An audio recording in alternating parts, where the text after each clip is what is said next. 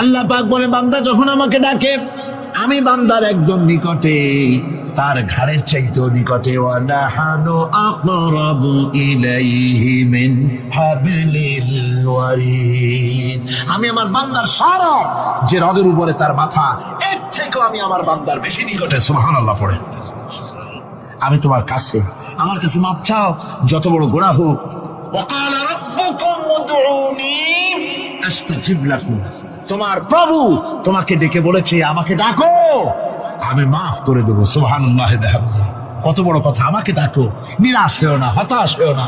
আল্লাহর গজব বেশি না রহমত বেশি? আল্লাহর রহমত বেশি। হাদিসে কুদসির ভিতরে এসেছে, আল্লাহ পাক বলেছেন কোন বান্দা যদি আমার দিকে এক বিগত অগ্রসর হয়, আমার রহমত তার দিকে এক হাত এগিয়ে যায়। কোন বান্দা যদি আমার দিকে হেঁটে আসে, আমার রহমত তার দিকে দৌড়ে যায়। বান্দা যখন আল্লাহর দরবারে দু হাত উঁচু করে চোখের পানি ফেলে দেয়, মুসলিম শরীফের হাদিসের ভিতরে এসেছে গভীর রাত্রে, রাতের তৃতীয় অংশে আল্লাহ রাব্বুল আলামিন প্রথম আকাশে আসেন আর ডেকে বলেন, পৃথিবীতে আছো নাকি কেউ গুনাহ করে জীবন বরবাদ করে দিয়েছো, আমার কাছে মাফ চাও। ঋণগ্রস্ত আছো, অসুস্থ আছো, অপমানিত আছো, কে আছো মাসরুম, আমাকে ডাকো, আমার কাছে বলো, আমি ডাকের সাড়া দেব, জীবনের আশা পূরণ করে দেব। ওই সময় যেই সমস্ত লোকেরা কান্দে তাহাজ্জুদের নামাজ পড়ে, আল্লাহ জিজ্ঞেস করেন ফেরেশতারা, অমুক অমুক দেশ অমুক অমুক বান্দারা কান্দে কেন? ফেরেশতারা বলে, রব্বুল আলামিন তুমি তো ভালো করে জানো। আল্লাহ বলেন, জানি, তবুও তোমাদের মুখে শুনতে চাই। তারা বলে, রব্বুল আলামিন তোমার এই বান্দা গুনাহ করেছি, গুনার জন্য মাফ চায়, জাহান্নাম থেকে বাঁচতে চায়। আল্লাহ পাক বলেন, ফেরেশতারা আমার এই বান্দারা আমারে দেখেছে নাকি? বলে দেখে নাই। বলে আমার দোজখ দেখেছে নাকি? বলে না, তাও দেখে নাই। আমার বেহেশত দেখেছে নাকি? বলে না, তাও দেখে নাই। আল্লাহ পাক বলেন, ফেরেশতারা সাক্ষী রাখো, ওরা আমাকে দেখে নাই, আমার বেহেশত দোজখ কিছুই দেখে নাই, শুধুমাত্র আমার নবীর কথা, আমার কোরআনের কথা বিশ্বাস করে আরামের ঘুমকে হারাম করে যেভাবে তারা কাঁদতেছে, সাক্ষী থেকে যাও ফেরেশতারা, আবার রহমতের দরিয়ায় জোশ মেরেছে আমার ওই ক্রন্দনরত বান্দাগুলিকে আমি আল্লাহ মাফ করে দিলাম। সুতরাং মুমিন বান্দা যারা, আল্লাহর মুমিন বান্দা যারা, এই ইমানের কোয়ালিটি, এটাও হতাশায় নিরাশায় ভেঙে পড়বে না।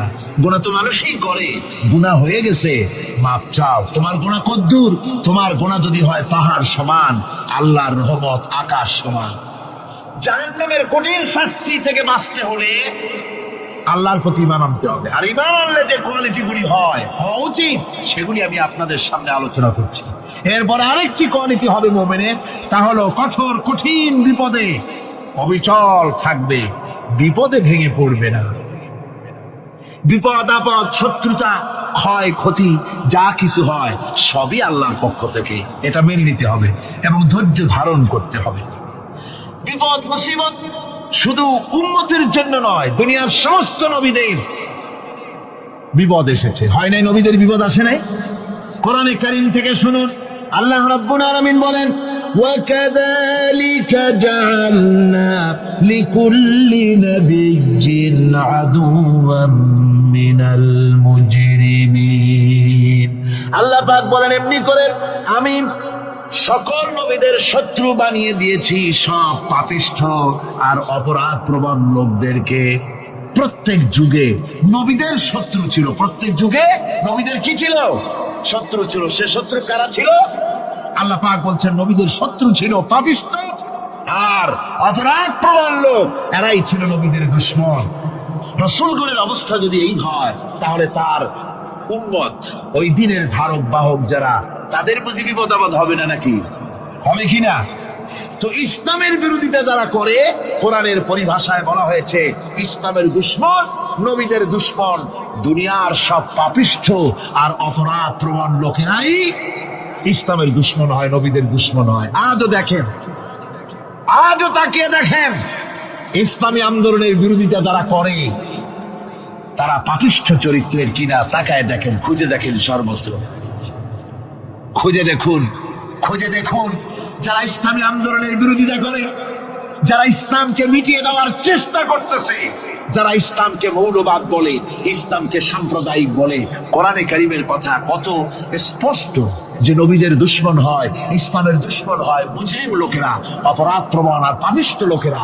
আজও আমরা দেখতে পাই এই শ্রেণীর লোকেরা পাপিষ্ঠ এবং সবচাইতে সমাজের নিকৃষ্ট ধরনের চরিত্রহীন লোক।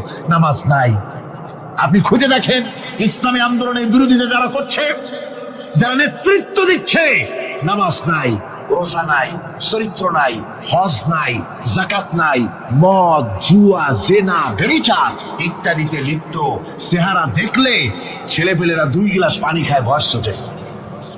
কথা ঠিক কি রাখো? এই হলো অবস্থা। মানে কেন? মুমিনদেরকে, পয়গম্বরদেরকে, সাহাবীদেরকে এবং ঈমানদারদেরকে মারে কেন? তার কারণ হচ্ছে আল্লাহ রাব্বুল আলামিন বলেছেন, ওয়া মা নাকামু মিনহুম ইল্লা আইয়ুমিনু বিল্লাহিল আজিজিল হামিদ। কাফিররা ঈমানদার লোকদেরকে অন্য কোন অপরাধী নির্যাতন চালায় না, নির্যাতন চালায় শুধু এই কারণে যেহেতু মুমিন লোকেরা পরাক্রমশালী, আল্লাহ রাব্বুল আলামিনের দ্বীনকে কায়েম করতে চায়, তার উপরে ঈমান এনেছে, এই কারণেই তারা মারে। ঠিক কিনা কর? যুগে যুগে নবীদের উপরে, সাহাবীদের উপরে যে অত্যাচার হয়েছে, সে অত্যাচার এই কারণেই হয়েছে, অন্য কোনো কারণে নয়। এই কঠিন বিপদে অবিচলতা এবং ধৈর্যের দৃষ্টান্ত নবীগণ পেশ করেছেন পৃথিবীর বুকে।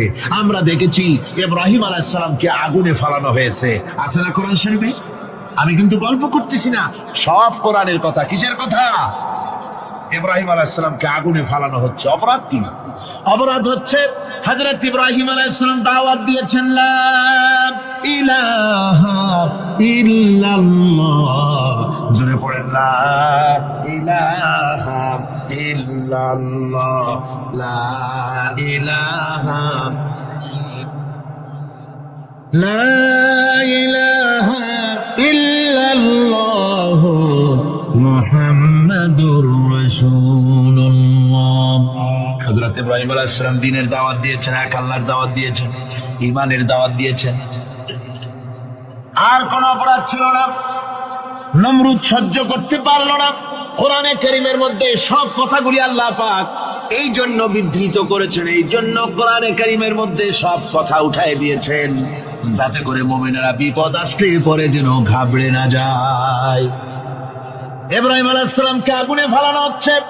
ফেরেশতা বলছে, ইব্রাহিম তোমারে আগুনে ফেলায় দাও, হতেছে আমার কাছে সাহায্য চাও, আমার কাছে ক্ষমতা আছে, আগুনগুলো উঠায় নমরুদের বংশ জ্বালায় দেব। হযরত ইব্রাহিম ফেরেশতার কাছে সাহায্য চাইছিলেন নাকি? তিনি বললেন, ফেরেশতা তোমার কাছে সাহায্য কেন চাইব? আমি তো এমন কোন অন্ধ আল্লাহর ইবাদত করি না যেই অন্ধ স্রষ্টা তার গোলামের দুঃখ দুর্দশা না দেখেন। আমি তোমার কাছে সাহায্য চাইব না। হযরত ইব্রাহিম আলাইহিস সালাম পাস করলেন। কি বলেন, পাস করছেন না? ঈমানের পরীক্ষায় পাস। আগুনের মধ্যে হযরত ইব্রাহিমকে যখন ফেলানো হচ্ছে, রব্বুল আলামিন আগুনের প্রতি নোটিশ করে দিলেন, ইয়া নারু কুনি বারদাও ওয়া সালামান আলা ইব্রাহিম। আগুন আমার ইব্রাহিমের জন্য শান্তিদায়ক, ঠান্ডা হয়ে যা। এখন কি আর আগুনের বাপের ক্ষমতা আছে ইব্রাহিমকে পোড়ানো? আর ক্ষমতা নাই। আমার বন্ধুগণ, ইব্রাহিম আগুনের ভিতরে আরামে বসা আছেন, আর ওদিকে নমরুদ বসে বসে দেখতেছে দূর থেকে। ইব্রাহিম তো জ্বলে না, গায়ের মধ্যে আগুন জ্বলে গেল। ডাক দিয়া কয়, আগুন তোর হলো কি? কেন জ্বালাইতে পারিস না আমার দুশমন রে? হলোটা কি তোর? তোর কি জ্বালানো শক্তি বন্ধ হয়ে গেল নাকি? আগুনের ভিতর থেকে জবাব এলো, নমরুদ রে, আমার ভিতরে জ্বালানো শক্তি আছে কি নাই যদি প্রমাণ করতে চাও, টেস্ট করতে চাও, তুই নিজে আয়, তোরে শুদ্ধ তামাম দুনিয়া জ্বালাই দিতে পারি, ইব্রাহিমের এক গাছা পশমও জ্বালাইতে পারি না। তার কারণ হচ্ছে আমি হচ্ছি মাখলুক, আল্লাহ হচ্ছেন খালিক। আল্লাহ আমাকে বলেছেন না জ্বালাতে, তুমি 1000 বার বললেও আমি ইব্রাহিমকে জ্বালাইতে পারবো না। কোরআনে কারীমে ঘটনা বলে মুমিনদেরকে সাহস দেওয়া হচ্ছে, মুমিনেরা দ্বীনের কাজ করতে গিয়ে বিপদ আবাজ আসবে, ইমানের দাবি হলো বিপদ আসবে, আর বিপদ আসলে ঘাবড়ায় যেও না, মুসিবতে পড়ে চিন্তায় পেরেশানে হয়রান হয়ে যেও না। বিশ্বকবি আল্লামা ইকবাল কি সুন্দর করে বলেছেন, আজ ভি হোক জু বিরাহিম কা ইমা पैदा आग कर सकती है एक अंदाज गुलिस्तां पैदा। ইব্রাহিমের ইমান যদি আজিও কোথাও হয় বিদ্যমান, করতে পারেন অগ্নিকুণ্ডে খুবসুরত এক গুলিস্তান।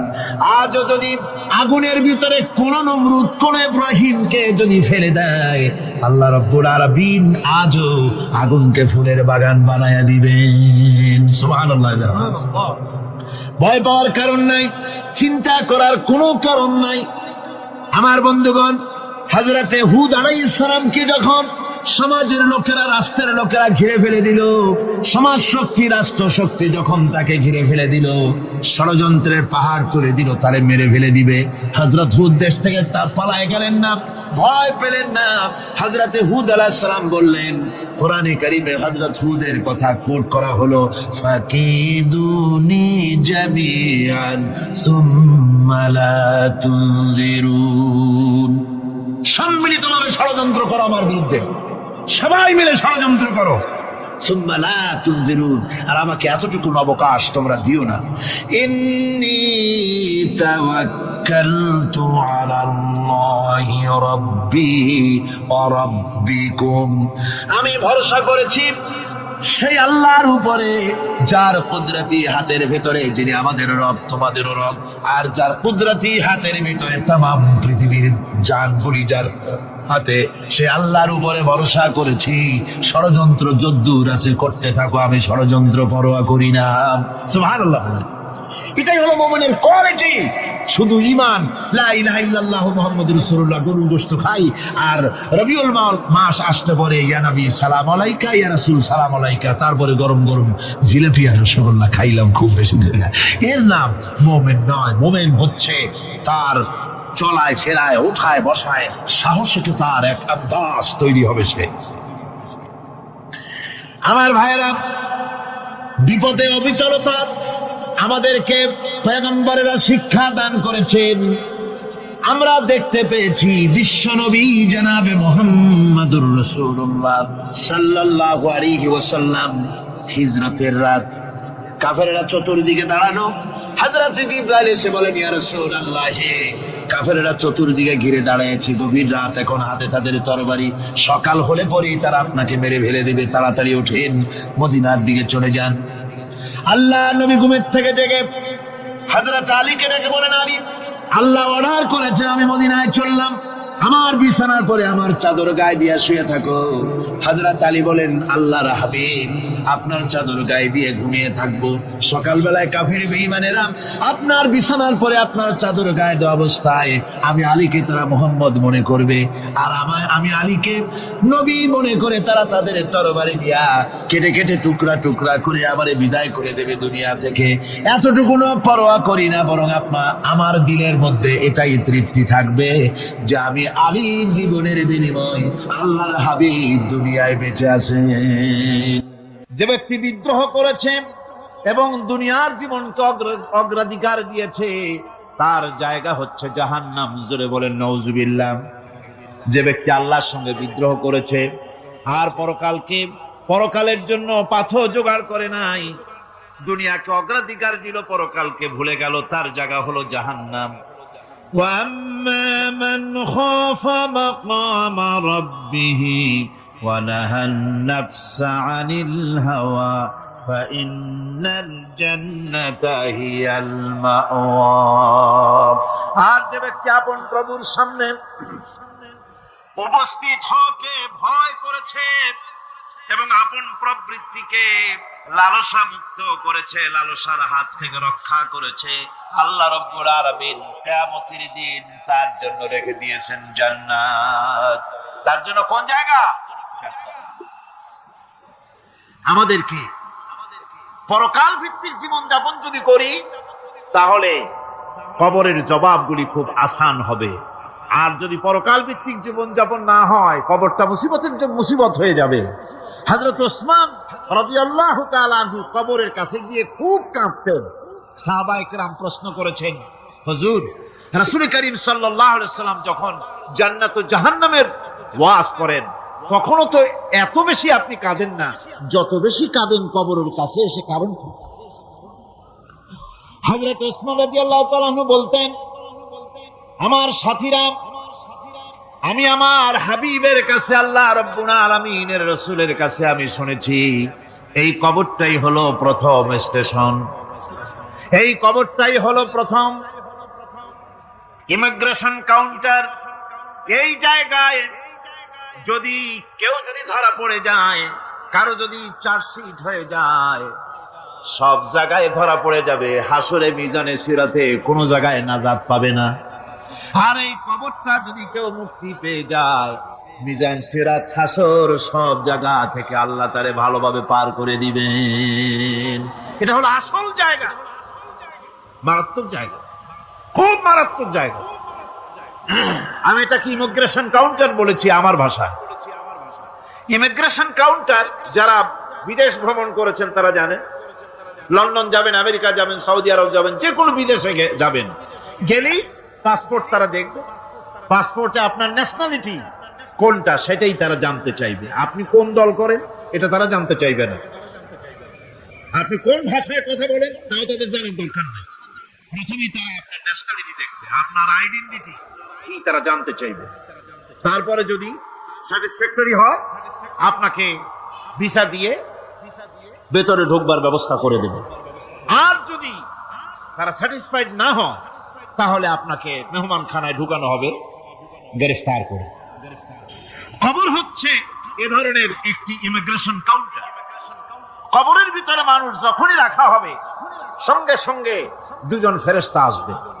কবরের কাছে যারা এসেছিল দাফন হয়ে যাওয়ার পর এই লোকগুলি 40 কদম যেতে যতক্ষণ লাগে এর মধ্যেই দুজন ফেরেশতা এসে যাবে, এসে জিজ্ঞেস করবে, মান রব্বুকা, তুমি কোন দল করতে? ওটা তাদের জানার দরকার নেই। চাকরি কিসে করতেন ওটা জানার দরকার নেই। ব্যবসা করতেন না চাকরি করতেন প্রয়োজন নেই। প্রথমেই জিজ্ঞাসা করা হবে ন্যাশনালিটি, প্রথমেই জিজ্ঞাসা করা হবে তার ন্যাশনালিটি সম্পর্কে, তার আইডেন্টিটিটা কি, এবং সেটাকে সত্যায়িত করার জন্য, বোঝার জন্য 3টি প্রশ্ন। প্রথম প্রশ্ন, মান রব্বুকা ওয়া মা দীনুকা ওয়া মান নাবিয়ুকা, তোমার রব কে, তোমার দ্বীন কি, তোমার নবী কে। যদি এই ব্যক্তি বেঈমান হয়, মুনাফিক হয়, সে বলবে হায় হাতা লা আদরি, হায় হাতা লা আদরি, জানি না আমার রবকে, আমি জানি না। তোমার দিন কি, দিন কারে কয় বুঝি না। এরপরে আল্লাহর নবী জনাবে মুহাম্মদ রাসূলুল্লাহ সাল্লাল্লাহু আলাইহি ওয়াসাল্লাম কি দেখানো হবে, বলা হবে মা কুনতা তাকুলু ফি হাদার রাজুল, এই ব্যক্তি সম্পর্কে তোমার ধারণা কি নিকে, বলবে আমি চিনি না। নাউযুবিল্লাহ। বাস, এরপরে তার যা হবার তাই শুরু হয়ে যাবে। আর যদি বান্দাটা মুমিন হয়, প্রশ্ন করা হবে মান রব্বুকা, জবাব দেবে রব্বি আল্লাহ, আমার রব আল্লাহ রাব্বুল আলামিন। ওয়া মা দীনুকা, দীনুনা ইসলাম, আমার দিন হচ্ছে ইসলাম। এরপরে আল্লাহর নবীকে দেখানো হবে। কয়েক রকমের বর্ণনা আছে, কোন বর্ণনায় আছে হুজুরের আকারে দেখানো হবে, অথবা রাসূলকে সরাসরি দেখানো হবে। বলা হবে মা কুনতা তাকুলু ফি হাদার রাজুল, এই লোকটি সম্পর্কে ধারণা কি। মুমিন ব্যক্তি বলবে হাদা নবিয়ুনা মুহাম্মাদুর রাসূলুল্লাহ সাল্লাল্লাহু আলাইহি ওয়াসাল্লাম, ইনি আমার তো সেই নবী মুহাম্মাদুর রাসূলুল্লাহ সাল্লাল্লাহু আলাইহি ওয়াসাল্লাম। আমরা যেন এই রকমের জবাব দিতে পারি, আল্লাহ কবুল করো। সকলে জোরে কোন আমিন। জবাব হয়ে যাওয়ার পর গায়ব থেকে আওয়াজ আসবে, ফাফরিশু বিল জান্নাতি ওয়ালবিসু বিল জান্নাহ, ও আমার ফেরেশতারা, আমার এই বান্দাকে জান্নাতের পোশাক পরাইয়া দাও, আর কবরটাকে জান্নাতের বিছানা বিছাইয়া দাও। জান্নাতের পোশাক পরায় দাও, জান্নাতের বিছানা বিছায় দাও। ইলা মাদ্দা বাসারিহি, তার চোখের দৃষ্টি যত দূর যায় কবরটা ততটা প্রশস্ত করে দাও। এরপর বেহেশতের পোশাক পরাইয়া, বেহেশতের বিছানা বিছায়া ফেরেশতা বলবে, নৌম কা নৌমুল উরুস, ঘুমিয়ে যায়। দুলামিয়া যেমন বাসর সজ্জায় নতুন বউ নিয়ে আরামে ঘুমায়, এরকম আরামে ঘুমায় যাও। ইলা ইয়াউমিল কিয়ামা, কিয়ামত পর্যন্ত ঘুমায় থাকবে, আরামে ঘুমিয়ে থাকবে। এরপরে সিংগায় ফুৎকার হবে, সিংগার ফুৎকারের আওয়াজে তার ঘুম ভেঙে যাবে। বলবে, ইয়া ওয়াইলানা মান বা'আথানা মিন মারকাদিনা, হায় আফসোস, আমার এত আরামের ঘুম থেকে কে আমাকে জাগ্রত করলো, আমার ঘুমটারে নষ্ট করলো কে? আওয়াজ আসবে, হাদা মা ওয়াদার রহমান ওয়া সাদাকাল মুরসালুন, এটা হচ্ছে রহমানের সেই ওয়াদা, আর মুরসালিনরা নবীরা সত্য কথাই বলেছিলেন, সেই কিয়ামত অনুষ্ঠিত হচ্ছে। আমার বন্ধুগণ, সেজন্য এই দুনিয়ার মোহে পড়ে থাকলে পরে দুনিয়ায় যারা অগ্রাধিকার দিবে দুনিয়াকে পরকালের তুলনায়, জবাব দিতে পারবে না কবরের ভিতরে গিয়া। আর যারা পরকালকে অগ্রাধিকার দিবে, দুনিয়ার চাইতে পরকালকে বেশি অগ্রাধিকার দেবে, আর আল্লাহর ভয় কলিজার ভিতরে রাখবে, কবরের জবাব সঠিকভাবে দিতে পারবে, কিয়ামতের দিন আল্লাহ রাব্বুল আলামিন তাদের জন্য জান্নাত দান করবেন। জোরে বলেন আমিন। দুনিয়াটা হচ্ছে দুনিয়া যেখানে আমরা আছি। আমি আগেই বলেছি, দুনিয়া হচ্ছে আদনা শব্দ থেকে এর উৎপত্তি হয়েছে। তুচ্ছ, নিকৃষ্ট, এটার দাম নাই, এটার মূল্য নাই। হযরত ইবনে কাইয়িম রাহিমাহুল্লাহ, নওয়ারাল্লাহু মারকাদাহু ওয়া জাআলাল জান্নাতা মাথওয়াহু, হযরত ইবনে কাইয়িম তিনি বলছেন, সুন্দর করে বলছেন দুনিয়া সম্পর্কে, মা মাদা ফিদ দুনিয়া আহলামুন ওয়া মা বাকিয়া মিনহা আমানি ওয়াল ওয়াক্তু বাইনাহুমা দাইউন। মা মাদা ফিদ দুনিয়া আহলামুন, জীবনের যে অংশ ফেলে এসেছি সেটা আজ একটা স্বপ্ন। ওয়া মা বাকিয়া মিনহা আমানি, আর জীবনের যে অংশ সামনে বাকি আছে সেটা এখন একটা আকাঙ্ক্ষা। ওয়াল ওয়াক্তু বাইনাহুমা দাইউন, আর এর মাঝখান থেকে সময় সব চলে যাচ্ছে। কত বড় কথা চিন্তা করেছেন? জীবনের যে অংশ ফেলে এসেছি তা আজকে স্বপ্ন, তা কি বলেন? স্বপ্ন। আর সামনে যা আছে সেটা আকাঙ্ক্ষা, আর মাঝখান থেকে সময় সব চলে যাচ্ছে। এরপরে তিনি বলছেন, وَمَنْ يَسْحَبِ الدُّنْيَا يَكُنْ مِثْلَ قَابِضٍ عَلَى الْمَاءِ خَانَتْهُ فُرُوجُ الْأَصَابِعِ। দুনিয়াদারের অবস্থা হচ্ছে এই, কেউ যদি দুই হাতে পানি খামসায় ধরে, দুই হাতে কি ধরছি বলে? দুই হাতে পানি খামসায় ধরেছে, খুব মজবুত করে ধরেছে দুই মুঠ পানি, বদল থাকবে? তার আঙ্গুলের ভাগ তার সাথে খেয়ানত করছে, আঙ্গুলের ভাগ দিয়া পানিগুলি সব বেরিয়ে চলে যাবে। সুতরাং দুনিয়া যারা চায় তারা ঠিক পানি খামসায় ধরলে পানি যেমন হাতের ভেতর থেকে খেয়ানত করে চলে যায়, যারা দুনিয়া চায় দুনিয়াও তাদেরকে এভাবে ফাঁকি দিয়ে চলে যায়। তবু দুনিয়ার মায়া মানুষের এত বেশি। আল্লাহর নবী বলেন, লাউ কানা লি ইবনি আদম ওয়াদিন মিন যাহাবিন লাহাব্বা ইয়াকুনা লাহু সারিন, এই পৃথিবীতে যদি কাউকে একটা মাঠ ভরে যদি সোনা দেওয়া যায়, লোকটা বলবে, রব্বুল আলামিন, আমি যদি আরেকটা মাঠ এরকম সোনা ভরা পেতাম। দ্বিতীয় আরেকটা মাঠ দেওয়া হলে আবার বলবে, যদি তৃতীয় আরেকটা মাঠ সোনা ভরে যদি পেতাম। নবীজি বলেন, ওয়ালা ইয়ামলাউ জাওফু ইবনু আদামা ইল্লা তুরাব, মানুষের পেট 3.5 হাত মাটি ছাড়া, কবরের মাটি ছাড়া মানুষের পেট ভরবে না। আরো চাই আরো চাই, চাওয়ার কোনো শেষ নাই। মানুষ এভাবে করে দুনিয়ার মহব্বতে এমনি পাগল হয়ে যায়, শুধু দুনিয়ার মহব্বত, পরকালকে বেমালুম ভুলে যায়।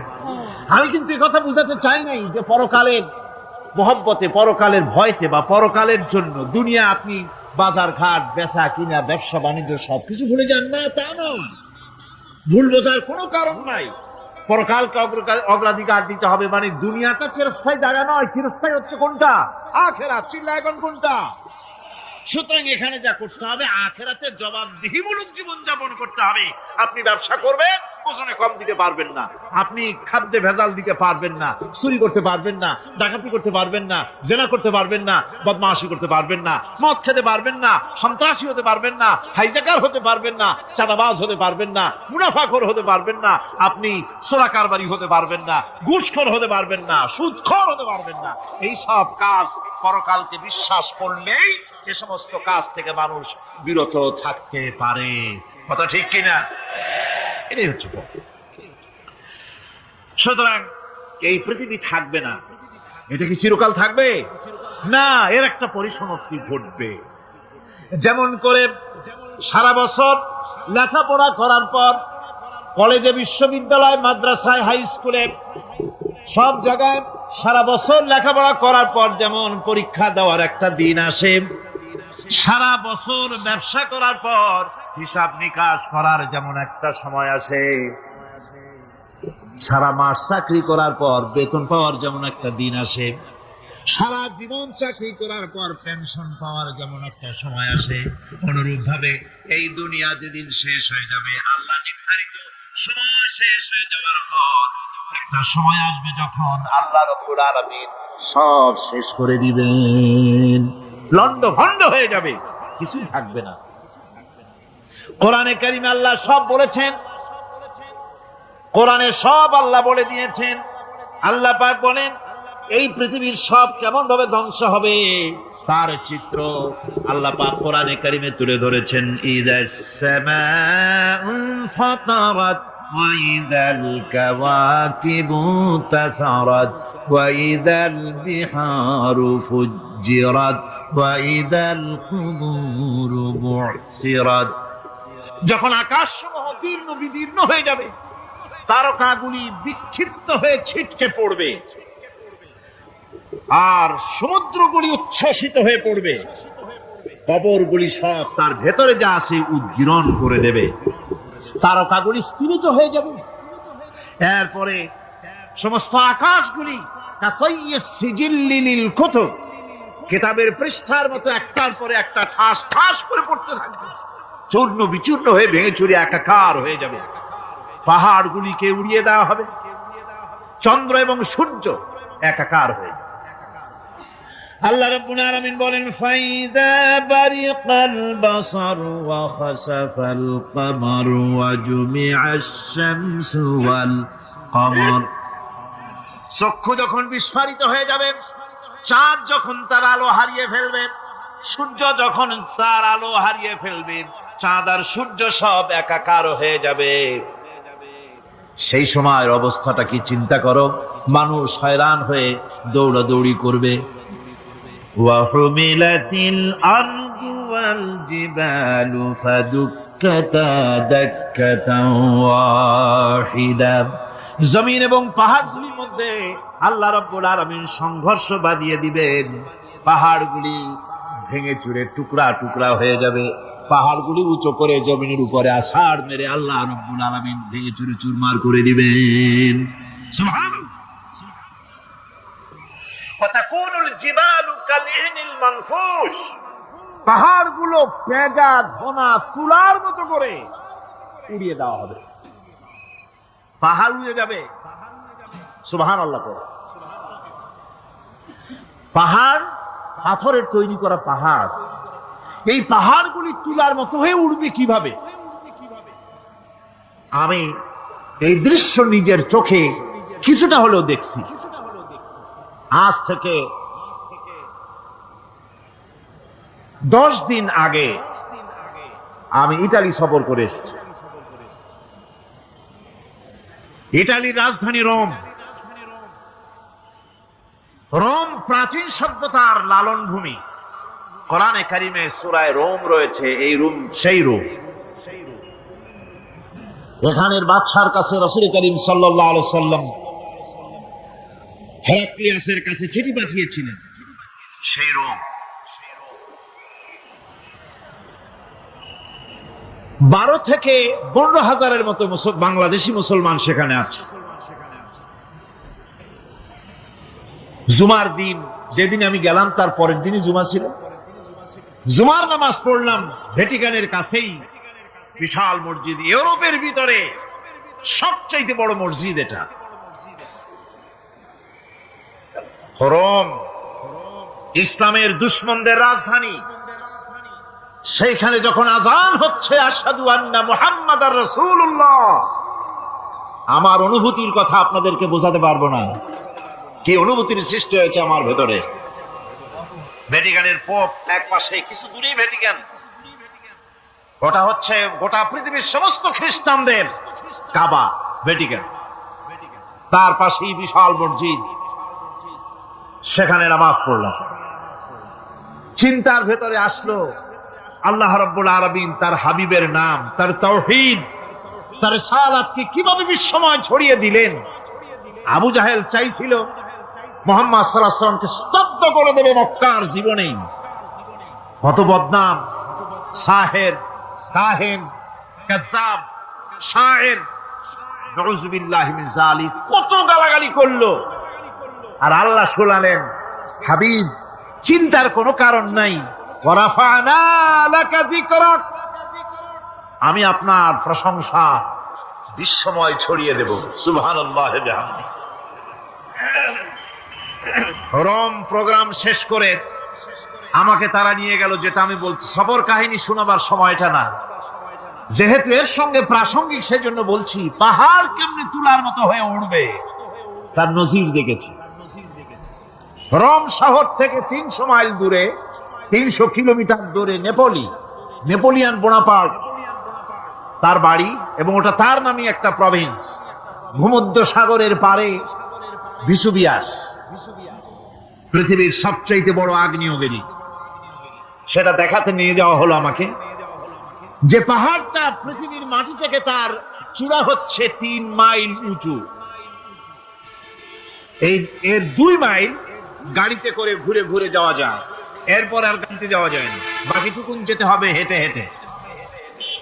পাহাড়ের উপরে অক্সিজেন কম, বেশ কষ্ট হচ্ছিল উঠতে। জীবনে প্রথম পাহাড়ে চড়েছি, জাবালে নূর, রাসূল করিম সাল্লাল্লাহু আলাইহি ওয়াসাল্লামের উপরে যেখানে ওহী হয়েছিল সর্বপ্রথম। পাহাড় চড়ার একটা অভিজ্ঞতা ওখান থেকে আমার কিছুটা হয়েছিল। খুব কষ্ট হলো বাকি 1 মাইল উঠতে। যখন ভিসুভিয়াসের একদম শীর্ষে চলে গেছি, সেখানে গিয়ে আমার সাথে 15-20 জন লোক ছিল। আমি নিজেই আল্লাহু আকবার বলে আমার গলা থেকে আওয়াজ বেরিয়ে গেল। আমি দেখতে পেলাম ভিসুভিয়াসের শীর্ষে বিশাল গর্ত। আমার মনে হয় গর্তটা এই মাঠের 1/4 হবে। এই মাঠের 1/4 হবে গর্তটা। সেই গর্তটার গভীরতা হচ্ছে 1.5 কিলোমিটার। এইখান থেকে পাথরগুলি উত্থিত হয়েছে, আগ্নেয়গিরি পাথর আগুনে গলে লাভা হয়ে এগুলি পাহাড় বেয়ে উপচে পড়েছে, চতুর্দিকে 12 মাইল ছড়িয়ে গিয়েছে। আমার মনে পড়ল ওয়াকুদুহান নাস ওয়াল হিজারা, জাহান্নামের আগুনের ইন্ধন হবে মানুষ আর পাথর। আমি সেখানে সেজদায় পড়ে গিয়া কানলাম আর বললাম, আল্লাহ জাহান্নামের আগুন হারাম করে দিও আমাদের জন্য। পাথর কিভাবে গললো, গলে পাথরগুলি গলে পুড়ে চতুর্দিকে পড়েছে, আর ছিটকেছে, চতুর্দিকে ছিটকে পড়েছে। সেই পাথরগুলি ছিটকে ছিটকে যেগুলি পুড়ে পড়েছে, সেগুলিকে দূরে সাদা রঙের বলে মনে হয়। কোনোটা সাদা, কোনোটা কালো, মনে হয় যেন তুলার মতো হয়ে পড়ে আছে চতুর্দিকে। 1944 সনে তৃতীয়বারের মতো ভিসুভিয়াস অগ্নিগিরি যে অগ্নি উৎপাত করে, তাতে আশেপাশের 12 মাইল এলাকা এফেক্টেড হয়ে যায়। পাথরগুলি গলে এভাবে বিধ্বস্ত করে দিয়েছে। এখান থেকে এখানে জোহরের নামাজ, আসরের নামাজ আমরা পড়লাম, আল্লাহর কাছে খুব দোয়া করলাম। এখনো ধোঁয়া উঠতেছে, এখনো পাহাড়ের ফাটল দিয়ে ধোঁয়া উঠছে। একজন হাত দিয়ে আমাকে বলল যে খুব গরম লাগে ধোঁয়াগুলি। ওখানকার লোকেরা বলল যে ভেতরে এখনো আগুন আছে, তবে সুপ্ত, যে কোনো মুহূর্তে আবার তা জাগ্রত হতে পারে। আমরা সেখান থেকে নেমে এলাম। একটু কিছু দূর গিয়েই সেখানে হলো পম্পেই শহর। এই পম্পেই শহরটা হচ্ছে ঈসা আলাইহিস সালামের জন্মের 2000 বছর আগে এই শহর তৈরি হয়। ঈসা আলাইহিস সালামের জন্মের 179 বছর পর ভূমিকম্প হয়। সেই ভূমিকম্পে গোটা পম্পেই শহরটা পৃথিবীর মানুষের চোখের আড়াল হয়ে যায়, ধ্বংস হয়ে যায়, মাটির তলায় গরক হয়ে যায়। আজ থেকে 200 বছর আগে মাটি খনন করতে গিয়ে এই শহর আবিষ্কৃত হয়। পুরা শহরটা খুঁড়ে তারা বের করেছে। 180 হেক্টর জমিনের উপরে এই বিশাল শহর। ঘুরে ঘুরে দেখলাম, গাড়ি চলে না সেখানে, পায়ে হেঁটে দেখতে হলো। প্রশস্ত রাস্তা। আজ থেকে 4000 বছর আগের মানুষেরা রাস্তা বানাতে জানতো পাথর দিয়ে, এবং রাস্তার দুধারে তাদের ছিল ফুটপাত, পানির ব্যবস্থা, নগরায়নের সব রকমের সুযোগ সুবিধা। তারপরে সেখানে বিচারালয়, এরপরে দোকানপাট, বাজার ঘাট, সবকিছুর ব্যবস্থা রয়েছে। বিশাল বিশাল পাথরগুলি দিয়ে পিলার তৈরি করা। ভাবলাম এই পিলারগুলি, এই পাথরগুলি তারা কিভাবে ক্রেন ছাড়া এত উপরে উঠালো কি করে, আমার মাথায় আসলো না। পাথর কেটে কেটে সুন্দর সুন্দর অঙ্কন শিল্প তারা করেছে। এরপরে ঘুরতে ঘুরতে বাদশার রাজার বাড়িতে গিয়ে ঢুকলাম। সেখানে গিয়ে দেখলাম উলঙ্গ এত মূর্তি পাথরের তৈরি করা। পাথর কেটে কেটে দেওয়ালে যৌন মিলনের এমন কোন অশ্লীল ছবি নাই যা তারা সেখানে তৈরি করে না। উলঙ্গ মূর্তি আর উলঙ্গ যৌন মিলনের অসংখ্য ছবি দিয়ে এই এলাকা ভরা। তখন আমি বুঝলাম আল্লাহর গজব হওয়ার কারণটা কি, এই শহরটা মাটির নিচে হরক হয়ে যাওয়ার কারণটা কি। আল্লাহ পাক জেনা ব্যভিচার যে দেশে বেশি হয় আল্লাহ পাক বরদাস্ত করেন। দুশ্চরিত্র যে দেশের মানুষ দুশ্চরিত্র হয়ে যায়, জেনা ব্যভিচার বেশি হতে থাকে, আল্লাহ হরক করে দেন, গজব দেন। এই গজব এক এক সময় এক এক রকমের হয়ে আসে। কখনো মাটির নিচে দাবায় দেন, কখনো মহামারী, কোন দেশে কলেরা, কোন দেশে জলোচ্ছ্বাস, কোথাও ভূমিকম্প, আর সর্বশেষ এই জেনা ব্যভিচারের জন্য আল্লাহ পাকের চূড়ান্ত, এই যৌনতার অশ্লীলতার জন্য চূড়ান্ত গজব বর্তমান বিশ্বের জন্য এইডস। আল্লাহ পাক এই গজব দিয়েছে। বন্ধুগণ, আমি সেই জায়গা, আমি সেখানে যা দেখলাম যে আল্লাহ পাক পাহাড়গুলিকে কিভাবে উড়াবেন, এটা অস্বীকার করার কোন উপায় নাই। বিশ্বাস তো করতামই।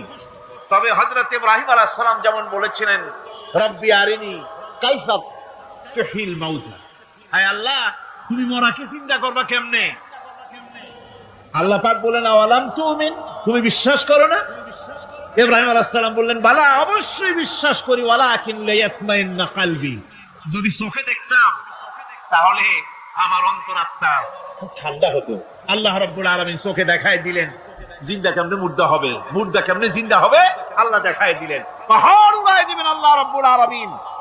একথা কলিজার মধ্যে এটার উপর ঈমান, বিশ্বাস, কিন্তু আল্লাহ চোখে দেখাইছেন, ঈমান আরো মজবুত হয়েছে, যা ছিল আরো মজবুত হয়েছে। সুবহানাল্লাহ।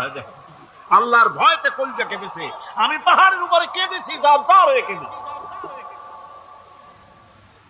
বন্ধুগণ, আল্লাহ সুবহানাহু ওয়া তাআলা এই জন্য বলেছেন, কুল সিরু ফিল আরদ, আমার জমিন ঘোরো, ভালো করে দেখো, কাইফা কানা আকিবাতুল মুকাজ্জিবিন, মহাসত্যকে যারা অস্বীকার করেছে তাদের পরিণতি আমি কি করে দিয়েছি, এগুলি চোখে ভালো করে তাকায় দেখো।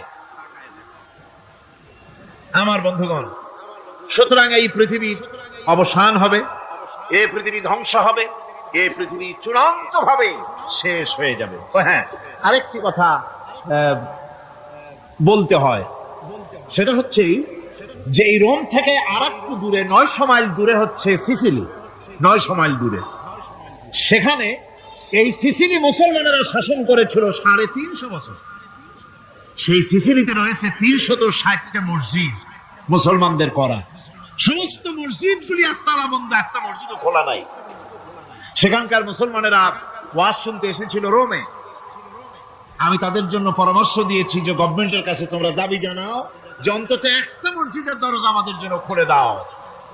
রোমের অবস্থানরত প্রবাসী বাংলাদেশি মুসলমানেরা আমাকে বলেছে, তাদের অনেকের বাড়ি চট্টগ্রামেও আছে, আমাকে বলেছে তাদের চোখে পানি আসছে বলার সময় যে চিরমের তাফসীর মাহফিল যখন আসে কলজেটা কাঁদতে থাকে যাওয়ার জন্য। তো যাওয়া তো সম্ভব না এত দূর থেকে, আমাদের সালাম বলে দিবেন যত লোক আসবে, আর আমাদের জন্য দোয়া করতে বলবেন যেন এই রোমের ভিতরে আমরা ইসলামের আদর্শের ভিত্তিতে আমরা যেন চলতে পারি। আপনারা দোয়া করুন তাদের জন্য। ভাইরা আমার, এই পৃথিবী একদিন পরিসমাপ্তি ঘটবে এবং আল্লাহর দরবারে আমাদেরকে উঠতে হবে এবং সেখানে আমাদের বিচার হবে। সেখানে আমাদের কি হবে? বিচার হবে। আল্লাহ পাক বিচারটাকে নির্ভুল করার জন্য, সঠিক করার জন্য প্রত্যেকের গলায় আমলনামা ঝুলায় রাখছে। এখানে রেকর্ডের ব্যবস্থা করা হয়েছে। আল্লাহ পাক বলছেন, ওয়া কুল্লা ইনসানিন আলজামনাহু তাইরাহু ফি উনুকিহি ওয়া নুখরিজু লাহু ইয়াওমাল কিয়ামাতি কিতাবান ইয়ালকাহু মানশুরা। আল্লাহ পাক বলেন, প্রত্যেকের ভালো মন্দ কর্মফল, কর্মলিপি আমি তার গলায় ঝুলায় রেখেছি। কিয়ামতের দিন সে নিজের কাছে স্পষ্ট সব দেখতে পারবে, কোনো জিনিস বাদ পড়বে না। তার গলায় তার আমলনামা ঝুলানো আছে, সব রেকর্ড হতেছে। আমরা যা করছি সবগুলি রেকর্ড হয়ে যাচ্ছে।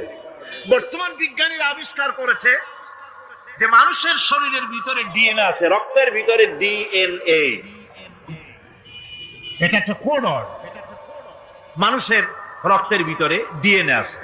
যেমন তার ব্রেনের ভিতরে কতগুলি কোষ আছে, এক একটা কোষ এক এক ধরনের কাজ করে, অনুরূপ ভাবে তার শরীরের ভিতরে রক্তের ভিতরে ডিএনএ আছে। এই ডিএনএটা কি?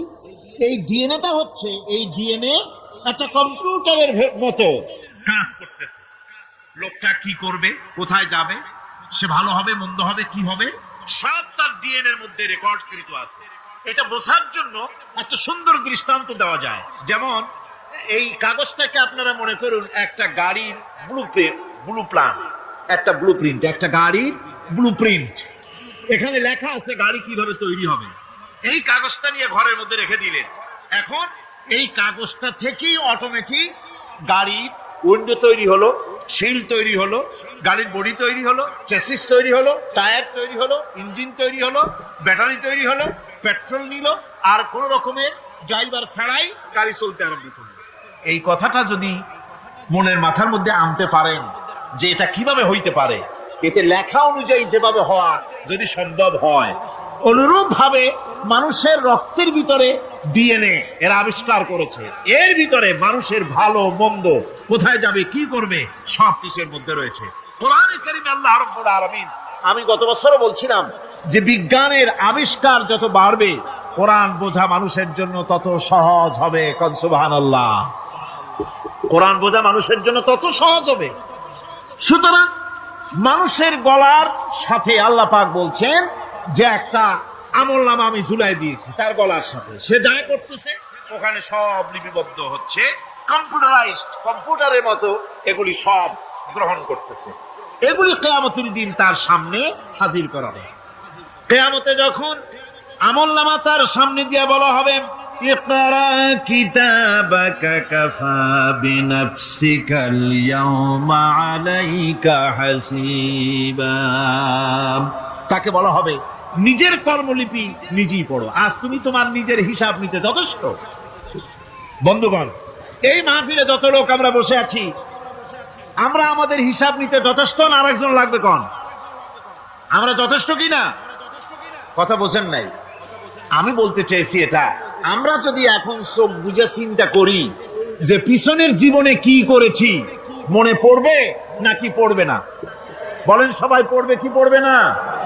ছোটবেলায় কবে পায়ের নিচে কাঁটা ফুটেছিল, কবে কোথায় আছাড় খেয়েছিলেন, কবে কার বেল তাল আম কাঁচা আম চুরি করে খেতে গিয়ে কিল খেয়েছিলেন, তাড়া খেয়েছিলেন, তাকে এখন মনে নাই? আছে। তাহলে কি ওই তাল বেল চুরি করতে গিয়ে যে কিলটা খাইছিলেন সেটাও মনে আছে, ভালো মন্দ সব মনে আছে। তাহলে কোন হোটেলের রুমে কি করছিলেন, কোন স্কুলে কোন কলেজে কি করছিলেন, তারপরে জীবনে ছোট বড় ঘটনাগুলি সব বুঝতে মনে পড়বে না? এবার হিসাব করেন, মনে যদি পড়ে এবার হিসাব করেন আপনি জান্নাতি না জাহান্নামী। আপনি আপনার নিজের হিসাব নেওয়ার জন্য যথেষ্ট। তাকে হিসাব করতে বলা হবে, তোমার হিসাব, তোমার নিজের হিসাব নেওয়ার জন্য তুমি যথেষ্ট, তোমার হিসাব তুমি নিজেই করো, এটা পড়ো। আর সেই কিয়ামতের দিন কোনো সাহায্যকারী মিলবে না। লান তানফাকুম আরহামুকুম ওয়ালা আওলাদুকুম ইয়াউমাল কিয়ামাহ। লান তানফাকুম, কিয়ামতের দিন কোনো ফায়দা হবে না, অবশ্যই কোনো ফায়দা হবে না, কোনো উপকারে আসবে না। কিয়ামতের দিন তোমার সন্তান, তোমার স্ত্রী, তোমার মাল, তোমার সম্পদ কোনো উপকারে আসবে না কিয়ামতের ময়দানে। সেদিন সব তোমার সাথে বিচ্ছেদ করবে, সব পালায় যাবে। সেখানে উৎকোষেরও কোনো কারবার নাই যে ঘুষ টুস দিয়া, ফেরেশতাদের কোনো রকম বুঝবাজ দিয়া, আলাদা কোনো চোরাগলি পথ দিয়া একেবারে ফুট করে ভেসতে চলে যাবেন, এমন কোনো সুযোগ নাই। অনেকে বলে হুজুর এমন কিছু দোয়া শিখায় দেন যাতে ওই সব জেহাদ বোমা এগুলি খুব ভয় পাই, ওসব রাস্তা টাস্তা না, খুব সহজে কিছু দোয়া দুরূদ করিয়া আস্তে করে জান্নাতে চলে যাওয়া যায়, এরকম একটা দোয়া, এরকম একটা পথ বলে দেন। আমি বলি ভাই, এরকমের কোন চোরাগলি আমার রাসূল আবিষ্কার করতে পারেন নাই। আল্লাহর পয়গম্বরের ওই ধরনের পথ, কোন পথ আবিষ্কার করতে পারেন নাই। সেখানে কিয়ামতের দিন কাউকে উৎকোচ গ্রহণ করার কেউ নাই, উৎকোচ দেওয়া যাবে না। আর উৎকোচ দিবি না কি, আপনার কাছে কিছু নাইও, থাকলেও নেওয়ার কেউ নাই। এই দুনিয়ায় ফাঁকিবাজি করে বহুত কিছু করা যায়, কিন্তু কিয়ামতের মাঠে এগুলি কিছুই চলবে না। আল-ইয়াওমা লা ইয়ানফাউ মালুন ওয়ালা বানুন। কিয়ামতের দিন ধন সন্তান সন্ততি আর সম্পদ কোনো কাজে লাগবে না। সেদিন শুধু আমল, আমল যদি ভালো হয় কাজে লাগবে, আমল খারাপ হবে সব শেষ হয়ে যাবে। আল্লাহ রাব্বুল আলামিন নবীজিকে ডেকে বলেছেন, নবী আপনি বলেন, কুল মা কুনতু বিদআম মিনার রাসূল, আপনি বলুন আমি কোন নতুন রাসূল নই, আমার আগে অনেক নবী রাসূল পৃথিবীতে এসেছেন, তারা বিদায় হয়ে গেছেন। আমি জানি না কিয়ামতের দিন আল্লাহ রাব্বুল আলামিন আমার সাথে কি ব্যবহার করবেন, আর আমি এও জানি না যে কিয়ামতের দিন আল্লাহ পাক তোমাদের সাথে কি ব্যবহার করবেন। এই আয়াত নাযিল হওয়ার পর আল্লাহর হাবিব তার মেয়েকে ডাকলেন, জামাইকে ডাকলেন, নাতিদেরকে ডাকলেন, আহলে বাইতদেরকে ডাকলেন, আর বললেন, ও আমার মেয়ে, কলিজার টুকরা ফাতেমা গো শোনো, কেবলমাত্র আয়াত নাযিল হয়ে গেল, আল্লাহ পাক আমাকে শোনাইছেন কিয়ামতের দিন আমি জানি না আমার সঙ্গে কি ব্যবহার করা হবে, আর এও জানি না যে তোমাদের সাথে কি ব্যবহার করা হবে। ও আমার কলিজার টুকরা মেয়ে ফাতেমা, কিয়ামতের দিন মুহাম্মদ সাল্লাল্লাহু আলাইহি সাল্লামের মেয়ে, এই হিসাবে তোমার নাজাতের ফয়সালা হবে না। ও আমার কলিজার টুকরা নাতি হাসান আর হোসেন, কিয়ামতের দিন মুহাম্মদ সাল্লাল্লাহু আলাইহি সাল্লামের নাতি হিসাবে ফয়সালা হবে না। ও আমার জামাই হযরতে আলী, কিয়ামতের দিন আমার জামাই হিসাবে নাজাতের ফয়সালা হবে না। আমল যদি ভালো হয় ফয়সালা ভালো হবে, জান্নাতে চলে যাবে। আমল যদি খারাপ হয় কার নাতি কার জামাই দেখা হবে না। সুবহানাল্লাহ। কঠিন কিয়ামতের মাঠ। এই পরকালের বিশ্বাস যদি কলিজার মধ্যে ঢোকে মানুষ ভালো হয়ে যাবে। কোন সুবহানাল্লাহ। আপনাদের দৃষ্টিতে পারবে। কথার জবাব যে দিলেন না, পুলিশে কি মানুষের চরিত্র ভালো বানাইতে পারবে? পুলিশের চরিত্র ভালো বানাবে কেডা? সেটাই তো কথা। মানুষের চরিত্র যাতে ভালো থাকে মানুষের জন্য খারাপ কাম না করে সেজন্য পুলিশ, পুলিশ যাতে খারাপ কাম না করে সেজন্য আরো একটা ডিপার্টমেন্ট আছে না, তারা যাতে খারাপ না কাজ না করে সেজন্য আর একটা আছে, এন্টি করাপশনের আবার এন্টি করাপশন আছে, তার উপর আবার এন্টি করাপশন আছে, এন্টিটার অভাব নাই। সুতরাং পুলিশ দিয়া, বিডিআর দিয়া, আর্মি দিয়া মানুষের, দেশের, জাতির চরিত্র ভালো বানানো যায় না। রাসূলুল্লাহ এ দিয়ে বানান না, এটা ইসলামের নিয়ম নয়।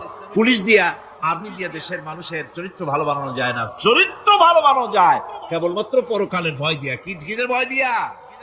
ওই যে মক্কার জীবনে ওই সমস্ত মানুষগুলি যারা চুরি করত, ডাকাতি করত, জেনা করত, বদমাশি করত, যারা শয়তানি করত, যারা মানুষকে খুন করত, এই মানুষগুলি এত ভালো হয়ে গেল, যারা চুরি ছেড়ে দিল, ডাকাতি ছেড়ে দিল, জেনা ব্যভিচার ছেড়ে দিল, এত ভালো হয়ে গেল, পৃথিবীর মধ্যে সেরা মানুষ তারা হয়ে গেলেন। জোরে বলেন সুবহানাল্লাহ। নবীর সাহাবীরা পৃথিবীর শ্রেষ্ঠ সন্তান, নবীর সাহাবীরা পৃথিবীর সেরা মানুষ, তাদের চাইতে সেরা মানুষ নবীদের পরে আর কেউ হতে পারে না। জোরে কোন সুবহানাল্লাহ। নবীর পরে পৃথিবীতে শ্রেষ্ঠ মানুষ কারা? সাহাবায়ে কেরাম রিদওয়ানুল্লাহ তাআলা আলাইহিম আজমাইন। ওনারা তো কুফরের মধ্যে ছিলেন, শিরকের মধ্যে ছিলেন, চুরি, ডাকাতি, জেনা, ব্যভিচার এমন কোন পাপ নাই যা করা হয়নি। তারপরে যখন আল্লাহর নবীর কাছ থেকে তাওহীদ, রিসালাত ও আখিরাতের দাওয়াত পেলেন, কি সোনার মানুষ এক একজন হয়ে গেলেন। সুবহানাল্লাহ। যারা ছিলেন নারীর সতীত্বের জম, তারা হয়ে গেলেন নারীর সতীত্বের পাহারাদার। যারা মানুষের মাল চুরি করত, ডাকাতি করত, তারা রাতভর মানুষের মালের পাহারা দিল, মানুষের রক্তের পাহারা দিল। সুবহানাল্লাহ বিহামদি। রক্ত সম্পদের পাহারা দিল। রাসূল বললেন, খায়রুল কুরুনে কারনি, সর্বশ্রেষ্ঠ যুগ তো আমার যুগ। বন্ধুগণ, এরপরে একটা জীবন আসবে, ওই কিয়ামতের ময়দানে। এই পরকালের বিশ্বাসটা গুরুত্বপূর্ণ ব্যাপার। আমাদের সব কিছুর হিসাব দেওয়া লাগবে। আল্লাহ পাক বলেন, ইন্নাস সামআ ওয়াল বাসারা ওয়াল ফুআদা কুল্লু উলাইকা আনহু মাসউলা। নিঃসন্দেহে মানুষের শ্রবণ শক্তি, দর্শন শক্তি এবং তার অন্তঃকরণের কল্পনা সম্পর্কে আল্লাহ রাব্বুল আলামিনের কাছে জিজ্ঞাসিত হতে হবে। কান দিয়া কি করেছিলা, চোখ দিয়া কি করেছিলা, মুখ দিয়া কি করেছিলে, হাত দিয়ে কি করেছিলে, সবকিছুর জবাব আল্লাহ রাব্বুল আলামিনের কাছে দিতে হবে। সবটার জবাব দিতে হবে, কোনো কিছু বাদ যাবে না। এমনকি মনের ভিতরে যে কল্পনা আমরা করি, এই কল্পনার হিসাবও আল্লাহর দরবারে দিতে হবে। কোরআনে কারীম বলছেন, ওয়া ইন তুবদু মা ফি আনফুসিকুম আও তুখফুহু ইউহাসিবকুম বিহিল্লাহ। মনের ভিতরে তুমি যেটা কল্পনা করো সেটা প্রকাশ করো, অথবা তুমি গোপন রাখো, চাই তুমি করো না কেন, আল্লাহ রাব্বুল আলামিন এর হিসাবও তোমার কাছে দিবেন।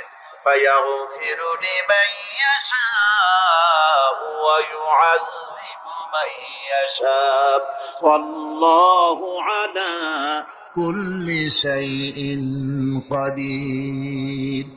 মহান আল্লাহ পাক বলেন, করার পর তোমার মনের ভিতরে কি কল্পনা করেছিলে ওইটার হিসাব আমি নেব। হিসাব নেওয়ার পর যারে খুশি ক্ষমা করে দেব, যাকে খুশি শাস্তি প্রদান করব।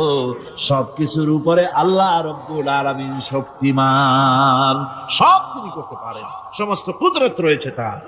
সুতরাং মানুষদেরকে, আল্লাহর বান্দাদেরকে বিশ্বাস করতে হবে যে আমার কোনো কথা বাদ যাবে না, কথাগুলি রেকর্ড হচ্ছে, কথা রেকর্ড হচ্ছে। আমি যে ওয়াজ করতেছি এই কথাগুলি রেকর্ড হচ্ছে নাকি হচ্ছে না? অনেক টেপ রেকর্ডার রেকর্ড হচ্ছে, অডিও ভিডিও হচ্ছে। আজ থেকে 50 বছর পর যদি এই রেকর্ড বাজানো হয়, আমাকে যদি বলা হয় যে আপনি অমুক জায়গায় অমুক কথা বলেছেন, আমি যদি বলি না আমি কথা বলিনি, তারপরে যদি রেকর্ড বাজানো হয়, তাহলে আমি কথা যে বলি নাই যদি বলি, তাহলে এটা ধরা পড়বে না, সেখানে ধরা পড়বে না। তাহলে এই মানুষের কথা প্লাস্টিকের ফিতায় রেকর্ড করে 50 বছর, 100 বছর, 200 বছর, 500 বছর যদি প্লাস্টিকের ফিতায় এটাকে চলচ্চিত্র করে অথবা টেপ রেকর্ডারে করে যদি ধরে রাখা যায়, এই বুদ্ধিটা কে দিলেন কন্ত দেখি? সবাই কন্যা বুদ্ধিটা দিলেন কে? যে আল্লাহ রাব্বুল আলামিন মানুষের মাথায় বুদ্ধি দিলেন, যার দ্বারা সে মানুষের কথাবার্তা অ্যাক্টিভিটি সব ধরে রাখতে পারে। সে আল্লাহ রাব্বুল আলামিন বুঝি আপনার আমার কথা এবং আপনার আমার অ্যাক্টিভিটিস কে তিনি বুঝি ধরে রাখতে পারবেন না কিয়ামত পর্যন্ত? পারবেন কি না?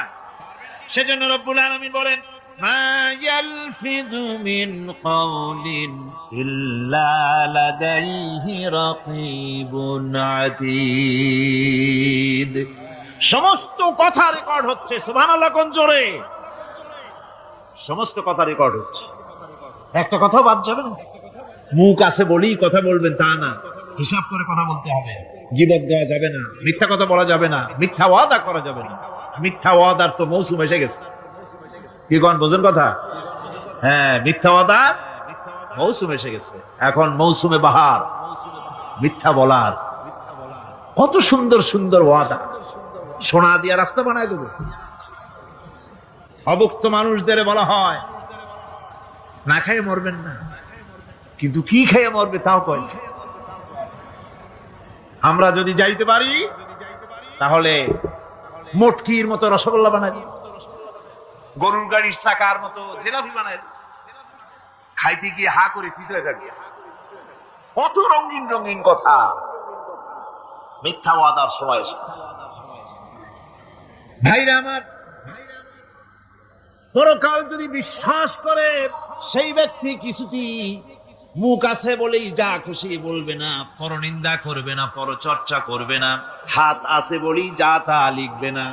ঘটনা হইল একটা, লিখলো আর একটা। কলম একটা আছে বলেই যা খুশি তা লেখা যায় না। মুখ আছে বলেই যা খুশি তা বলা যায় না। চোখ আছে বলেই যা খুশি তা দেখা যায় না।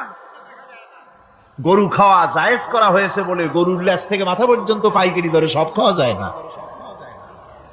গরু খাওয়া হারাম না হালাল? হালাল। পাইকারি দরে লেজ থেকে মাথা পর্যন্ত সব খাওয়া হালাল না। ওর মধ্যে আল্লাহ কিছু হারাম রেখে দিছে, সেগুলোকে বাইসে খাইতে হবে। আল্লাহ দেখতে চান পাইকারি দরে জমের খাওয়া খাও না আমার হারামগুলি বাদ দিয়ে খাও, নিষেধ করাগুলি বাদ দিয়ে খাও। মুখ আছে বলেই যা খুশি তা বলা যাবে না। কান আছে বলেই যা খুশি তা শোনা যাবে না।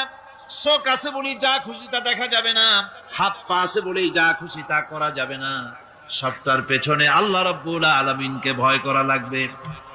মহান আল্লাহ রাব্বুল আলামিন বলে, বান্দারে, তোমার সমস্ত কার্যাবলী এমনকি তোমার চাহনিটা পর্যন্ত কার দিকে কি নিয়তে তাকায়ছো কেউ জানে না, আমি আল্লাহ রাব্বুল আলামিন জানি। وَيَعْلَمُ خَائِنَةَ الْأَعْيُنِ وَمَا تُخْفِي الصُّدُورُ। তোমার অন্তঃকরণ কি জিনিস গোপন করে আর তোমার চক্ষু কি লুকোচুরি খেলে আমি টের পাই। সুবহানাল্লাহ বিহামদি। চশমার ফাঁক দিয়া কি দেখো, তারে দেখো, কি নজরে দেখো, সানগ্লাস পরিয়া কেউ ঠিক পায় না, আমি ঠিক পাই। সুবহানাল্লাহ, যারা কান সুবহানাল্লাহ। সুতরাং চোখের নজরের হিসাব হবে, হাতের কাজের হিসাব হবে, পায়ের চলার হিসাব হবে, আপনার বলার হিসাব হবে। মুখে যা বলেছেন, যা করেছেন, হাত পাও দিয়ে যা করেছেন, সবকিছুর হিসাব হবে কিয়ামতের দিন। আল্লাহর দরবারে সবকিছু উপস্থিত হবে, কোন জিনিস বাদ পড়বে না। فَمَن يَعْمَلْ مِثْقَالَ ذَرَّةٍ خَيْرًا يَرَهُ وَمَن يَعْمَلْ مِثْقَالَ ذَرَّةٍ شَرًّا يَرَهُ। ছোট্ট একটা ভালো কাজ যদি করো তাও হাজির করা হবে সামান্যতম ভালো কাজও তোমার বাদ পড়বে না। আর ক্ষুদ্রতম কোন খারাপ কাজ করলে তাও উপস্থিত করা হবে, সব তোমার সামনে, কোনো জিনিস বাদ পড়বে না, সব দেখতে পাবে কিয়ামতের দিন। ভালো কাজটাও আর খারাপ কাজটাও আল্লাহর কাছে সেদিন আল্লাহ পাক মানুষের সামনে উপস্থিত করে দিবেন। আল্লাহ পাক বলছেন, সেদিন এই জমিন তার ভিতরে যা লুক্কায়িত ছিল জমিন সব বের করে দেবে। কান্নাহুম জারাদুম মুনতাশির, টিড্ডি ফড়িংগুলি পোকাগুলি মাটির থেকে যেমন বেরোয়, এ মাটির ভিতরে যা আছে কিয়ামতের দিন সব মাটি বের করে দেবে। ইযা যুলজিলাতিল আরদু জিলজালাহা ওয়া আখরাজাতিল আরদু আসকালাহা ওয়া ক্বালাল ইনসানু মা লাহা। এ জমিনকে ঝাঁকি মারা হবে প্রবল এক ঝাঁকুনি, প্রবল এক ঝাঁকুনিতে এই পৃথিবীর মধ্যে যা কিছু আছে সব বেরিয়ে যাবে। সুবহানাল্লাহ কইতে ইচ্ছা করে না মিয়ারা? এক ঝাঁকুনিতে পৃথিবী সব বের করে দেবে। মানুষ হয়রান হয়ে বলবে কি হয়েছে, এ মাটির হলোটা কি? আমার বন্ধুগণ, মানুষ হয়রান হয়ে গিয়ে বলবে মাটির কি হলো? আল্লাহ রাব্বুল আলামিন বলেন ইয়াউমাইদিন তুহাদ্দিসু আখবারাহা বিআন্না রাব্বাকা আওহা লাহা। জমিনের উপরে যা ঘটেছে জমিন তা সব বের করে দেবে, সব প্রকাশ করে দেবে। আর এটা এই জন্য হবে যেহেতু তার রবের হুকুম হয়েছে, তার রব হুকুম করেছে বের করে দে। জমিনের ভিতরে আছে যা সব ভেঙে যাবে, আকাশ ভেঙে পড়বে, পাহাড় উড়ে যাবে, জমিনের ভিতরে যা আছে সব উপরে চলে আসবে।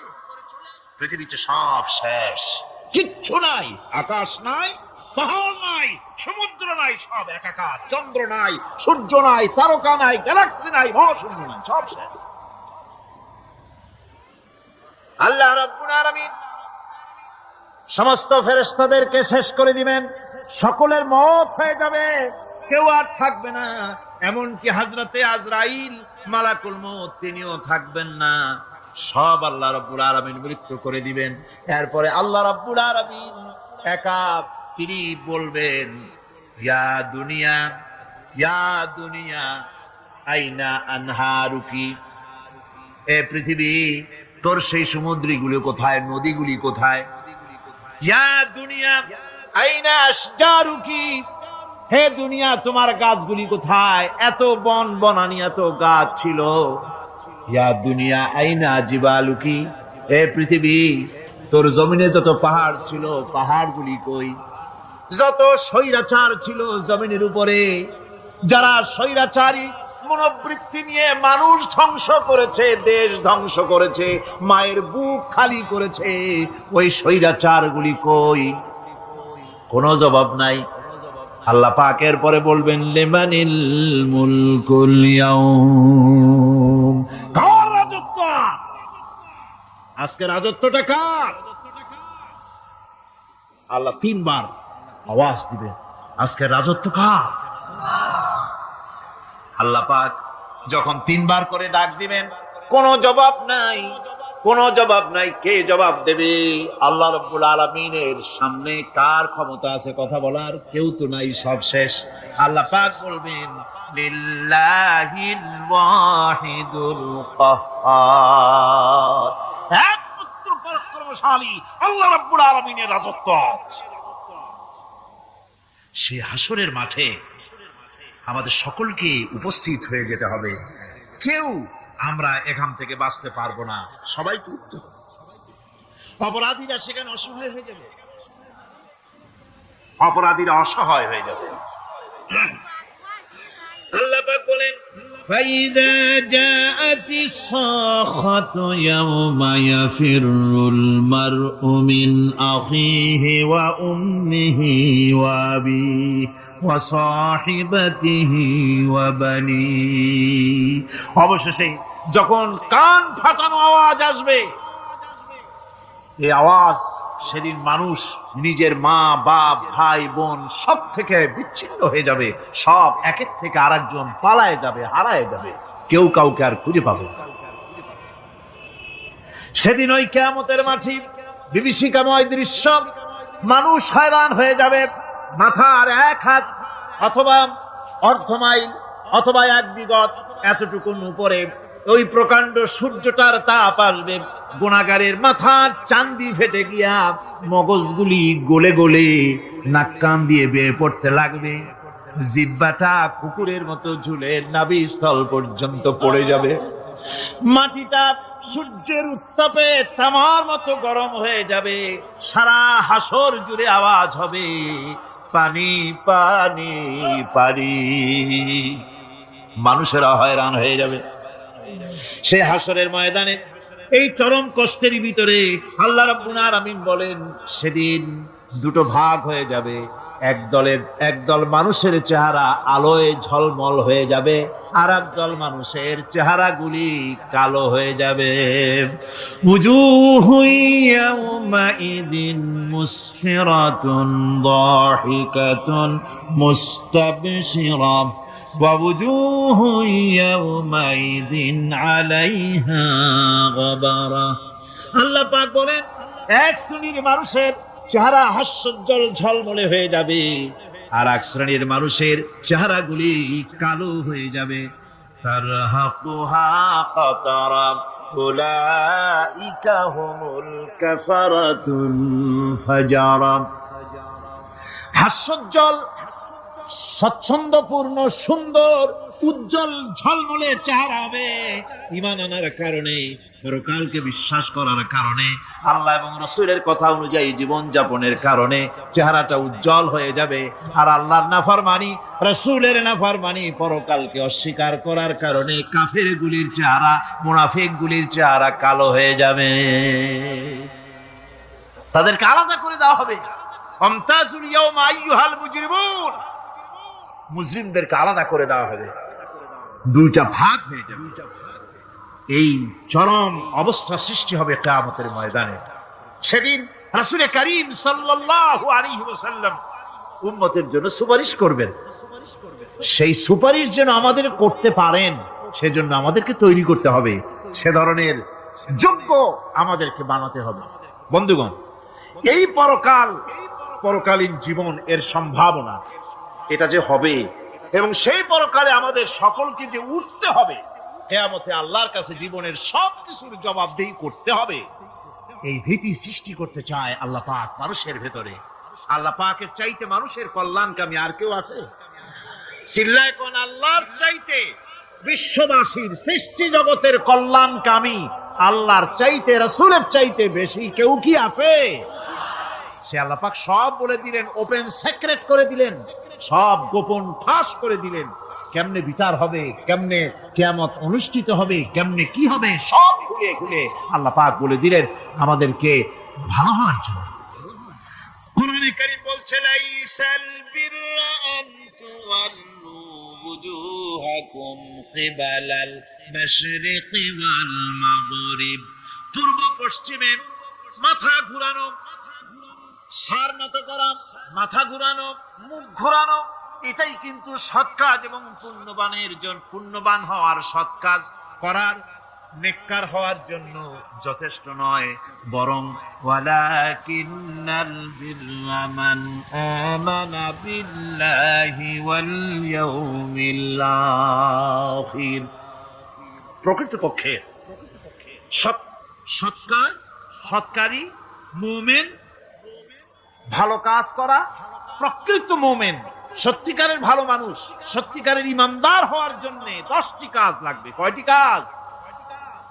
10টি কাজ লাগবে। সেই 10টি কাজের একটি কাজ গত বছর আপনাদের খেদমতে আরজ করা হয়েছে, 2টি বলা হয়েছে, বাকি আজকে বললাম আর একটা, হয়ে গেল 3টা। বাকি আছে কয়টা? 7টা বাকি আছে, আরো 7টা। পরকাল ভিত্তিক জীবনযাপন যদি করতে পারি, তাহলে আমরা হব দুনিয়ার শ্রেষ্ঠ মানুষ। কোন আলহামদুলিল্লাহ। وسخر لكم ما في السماوات وما في الأرض। এই পৃথিবীতে যা কিছু তোমরা দেখতে পাও, এই সব কিছুকে তোমার অনুগত করে দেওয়া হয়েছে, যাতে করে তোমার সাহায্য করতে পারে, তোমার সহযোগিতা করতে পারে। এজন্য আমি সবকিছু কি সৃষ্টি করেছি। সাখারা শব্দের অর্থ হচ্ছে যে আমি সবগুলিকে তোমাদের অনুগত করে দিয়েছি, যাতে করে তোমাদের অনুগত থাকে, অর্থাৎ তোমরা তাদের এই সমস্ত জিনিস দিয়ে তোমরা কাজ নিতে পারো। পানির উপর দিয়ে তোমরা যেন নৌকা চালাতে পারো, স্টিমার চালাতে পারো, পানি অনুগত করা হয়েছে, বাতাসকে অনুগত করা হয়েছে, পৃথিবীর সবকিছু কি আমি অনুগত করে দিয়েছি তোমাদের, যাতে করে তার দ্বারা তোমরা কাজ নিতে পারো।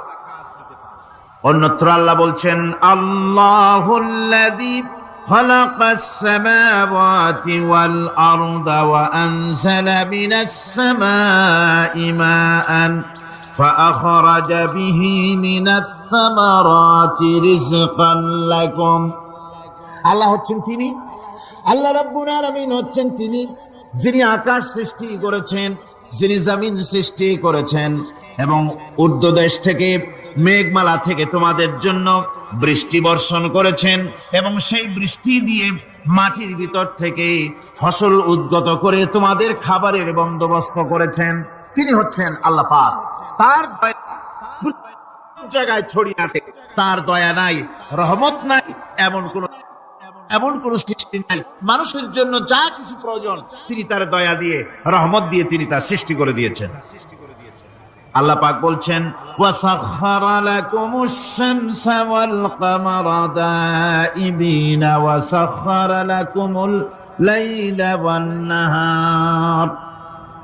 যিনি চন্দ্র সূর্যকে সৃষ্টি করেছেন এবং এগুলিকে নিয়ন্ত্রিত করেছেন, চাঁদ সূর্যকে সৃষ্টি করে নিয়ন্ত্রিত করে দিয়েছেন, তোমাদের সমস্ত প্রয়োজন তিনি মিটিয়ে দিয়েছেন। দেখুন, চাঁদ এবং সূর্যকে আল্লাহ পাক সৃষ্টি করেছেন এবং একটা রহমত, একটা কুদরত সেই চাঁদ সূর্যের মধ্যে দান করেছেন। সূর্য যেখানে আছে, এটা যদি আল্লাহর দয়া না থাকতো, শুধু তাপ দেওয়ার জন্য সৃষ্টি করতেন আর মানুষের কল্যাণের দিকটা যদি চিন্তা না করতেন, তাহলে সমস্যা হয়ে যেত। সূর্য যেখানে আছে, বিজ্ঞানীরা বলেছেন তার থেকে যদি কিছু নিচে নেমে আসতো, তাহলে গোটা পৃথিবী জ্বলে পুড়ে ভস্ম হয়ে যেত। আর যেখানে আছে তার থেকে সূর্য যদি কিছু উপরে উঠে যেত, তাহলে গোটা পৃথিবী হিম শীতল হয়ে, পৃথিবী ফ্রিজ হয়ে যেত, মানুষ প্রাণী জগৎ মরে সব শেষ হয়ে যেত। চাঁদ যেখানে আছে, এই চাঁদ তার জায়গা থেকে কিছু উপরে যদি উঠতো, তাহলে পৃথিবী মরুভূমি হয়ে যেত। আর যেখানে আছে তার থেকে কিছু নিচে যদি আসতো, তাহলে গোটা পৃথিবী পানি, সমুদ্রের পানি, নদীর পানিগুলি প্লাবিত হয়ে, ওভারফ্লো হয়ে, উচ্ছ্বসিত হয়ে গোটা পৃথিবীকে প্লাবিত করে দিত, ডুবাই দিত, সব শেষ হয়ে যেত। তাহলে আমরা দেখতে পাচ্ছি শুধু সৃষ্টি নয়, সৃষ্টিও করেছেন এবং প্রত্যেকটি সৃষ্টির পেছনে তার দয়া কাজ করেছে, তার কুদরত কাজ করেছে, যাতে করে মানুষের জন্য সুবিধা হয়, মানুষের জন্য উপকার হয়। অন্য আয়াতে আল্লাহ পাক বলেন, وآتاكم من كل سألتموه وإن تعدوا نعمة الله لا تحصوها।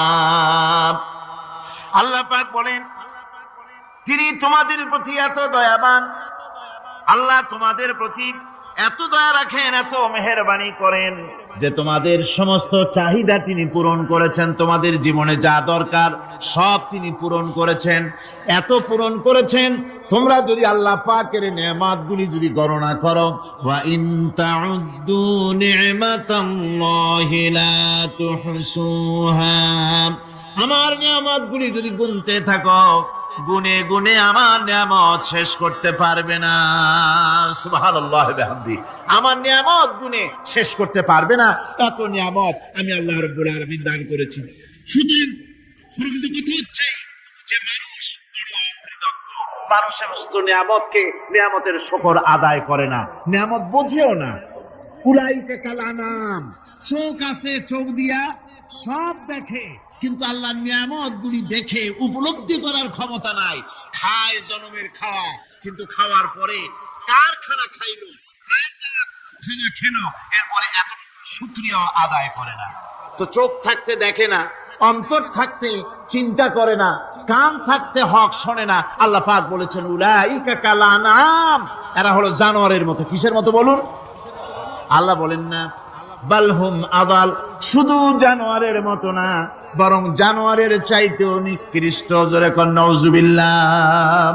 যাদের চোখ থাকতে দেখলো না, কান থাকতে শুনলো না, অন্তঃকরণ থাকতে বিবেচনা করলো না, এরা চতুষ্পদ জানোয়ারের মতো। আল্লাহ পাক বলছেন আর রহমান আল্লামাল কোরআন, এই কোরআন শিক্ষা দিয়েছেন রহমান, যিনি দয়ার সাগর, যিনি মানুষের সব প্রয়োজন মিটিয়েছেন। কোরআনের মতো একটা বড় প্রয়োজন তিনি মিটাবেন না, তা কি হতে পারে? জোরে কোন হতে পারে? মানুষ সৃষ্টি করলেন, অথচ মানুষের চলার পথ দিলেন না। সময় আমার থেকে পরামর্শ নেয়, আমি তাকে যতটুকু পারি কথা দিয়ে, বুদ্ধি দিয়ে, পরামর্শ দিয়ে সহযোগিতা করার চেষ্টা করি। কারণ এটা হলো জান্নাতের একটা বাগান। একটা জান্নাতের বাগান যদি থাকে, এই এলাকার মধ্যে এই মাদ্রাসার উসিলায় বড় বড় মুসিবত থেকে পুরো এলাকাকে আল্লাহ হেফাজত করবে। কথা ঠিক না ব্যাঠিক? আজকে দেখেন আমাদের শহীদুল হক শহীদ ভাই এই মাদ্রাসাকে ভালোবেসে এই মাদ্রাসায় আসছেন, এটা জান্নাতের বাগানে তিনি আসছেন। কথা ঠিক না ব্যাঠিক? জান্নাতের বাগানে যারা আসবে তারা কি জান্নাতি না জাহান্নামী? জান্নাতি না? এজন্য জান্নাতের বাগানে আল্লাহ আমাদেরকে নিয়ে আসছেন, হাসরের ময়দানেও যেন আমরা এইভাবে সকলে জান্নাতে যেতে পারি। আল্লাহ আমাদের সবাইকে তৌফিক দান করুক। এখন প্রধান মেহমান আমাদের শহীদুল হক শহীদ ভাই সংক্ষিপ্ত দুই একটা কথা বলবেন, এরপরে ইনশাআল্লাহ আমাদের হুজুরে আমাদের শায়েখ হজরত দোয়া করবেন। হুজুরের আখিরি দোয়া নিয়ে আমরা সকলে বাড়িতে যাব ইনশাআল্লাহ। ধন্যবাদ। বিসমিল্লাহির রহমানির রহিম। তাকরিমুল কোরআন মাদ্রাসার আজকের এই শিশুদের পুরস্কার এবং মাহফিলের আমাদের শ্রদ্ধেভাজন যে মুরব্বী আছেন, আজকের প্রধান বক্তা, প্রধান অতিথি যিনি বক্তব্য রেখেছেন, ইসলামিক মূল্যবোধের যে আকিদা, সেই সব কথা আমি অফিস থেকে শুনেছি, আরেকটা জায়গা ছিল সেইখানে আমি বসে বসে শুনেছি। তাই আজকের এই মাদ্রাসার যে যারা এখানে আয়োজন করছেন সকলকে এবং আমাদের অত্র এলাকার সকল বাচ্চাদের যারা গার্জিয়ান আছেন এবং সকলকে আমার পক্ষ থেকে সালাম, আসসালামু আলাইকুম রহমতুল্লাহি বারকাতু। আসলে ইসলামী মূল্যবোধ এটাকে রক্ষা করতে হলে কোরআনের শিক্ষা আমাদের সকলকেই জানা এবং পড়া দরকার। আমরা আমাদের এখানে আমাদের হুজুররা আছে, এখানে আমার ছেলেদের পড়ায় আমাদের হুজুর এখানে আছেন। আমিও চাই আমার ওই বাচ্চা ইসলামী মূল্যবোধে গড়ে উঠুক এবং ইসলামিক দিন শিক্ষা যদি না থাকে পরিবারের বাচ্চাদেরও বেড়ে ওঠাটা অনেক জটিল হয়ে যায় বর্তমান পরিস্থিতিতে। ইসলামী শিক্ষাটা যদি থাকে, যেরকম আমরা ছোটোবেলায় আমাদের এই এলাকাতে ইসলামিক শিক্ষাটা ওরকম ছিল না, যেরকম এখন জায়গা জায়গা পাওয়া যায়।